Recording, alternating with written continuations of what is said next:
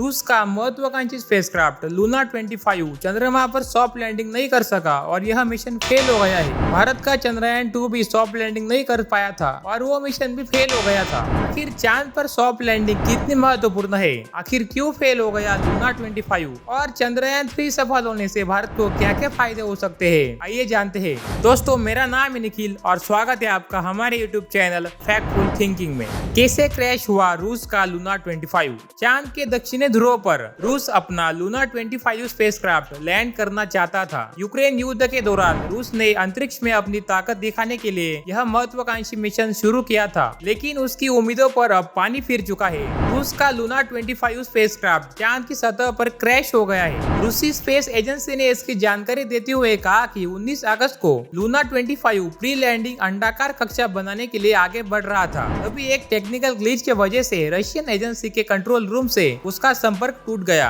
और Luna 25 crash हो गया और सॉफ्ट लैंडिंग नहीं कर पाया। इससे पहले भारत का चंद्रयान 2 भी सॉफ्ट लैंडिंग नहीं कर सका था।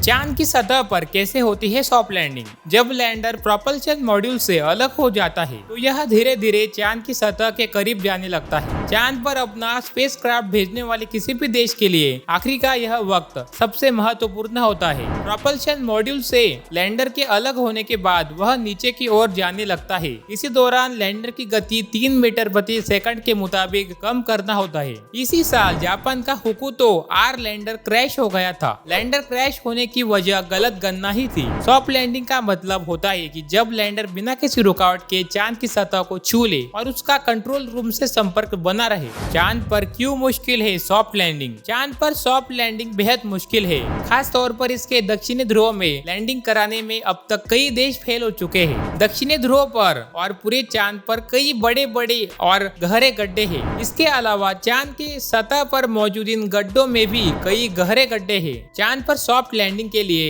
एक ही वक्त में कई महत्वपूर्ण उपग्रहों का बिल्कुल सटीक चलना जरूरी होता है। इसमें एक भी मुश्किल हो तो पूरा मिशन फेल होना तय है। सॉफ्ट लैंडिंग के लिए पिन पॉइंट नेविगेशन गाइडेंस, सटीक फ्लाइट डायनामिक्स, एक समतल जगह की जानकारी, सटीक समय पर थ्रस्टर का चलना और सही समय पर थ्रस्टर की गति को कम करना जैसे तत्व शामिल है। चंद्रयान 3 सफल होने से भारत को क्या क्या फायदे हो सकते हैं? चंद्रयान 3 की सफल लैंडिंग भारत के लिए एक निर्णायक पल है। यह न केवल देश को अंतरिक्ष खोज की दौड़ में बढ़त दिलाएगा बल्कि अर्थव्यवस्था में भी योगदान देगा। रोजगार के कई मौके पैदा करने से लेकर यहाँ तक की तकनीकी प्रगति तक में चंद्रयान 3 मिशन भारतीय अर्थव्यवस्था के अलग अलग पहलुओं को बढ़ावा दे सकता है। चंद्रयान 3 के सफल लॉन्च से निवेशकों का भरोसा बढ़ेगा। वे भारत की स्पेस टेक्नोलॉजी में ज्यादा निवेश के लिए आकर्षित होंगे। इससे निजी निवेश को बढ़ावा मिलेगा। गूगल जैसी कंपनियां पहले से ही भारत के स्पेस टेक स्टार्टअप में निवेश कर रही है। ताज्जुब नहीं करना चाहिए अगर चंद्रयान 3 मिशन की सफलता के बाद विदेशी कंपनियों की ओर से निवेश बढ़ जाए। इसके अलावा निजी क्षेत्र की बढ़ती भागीदारी से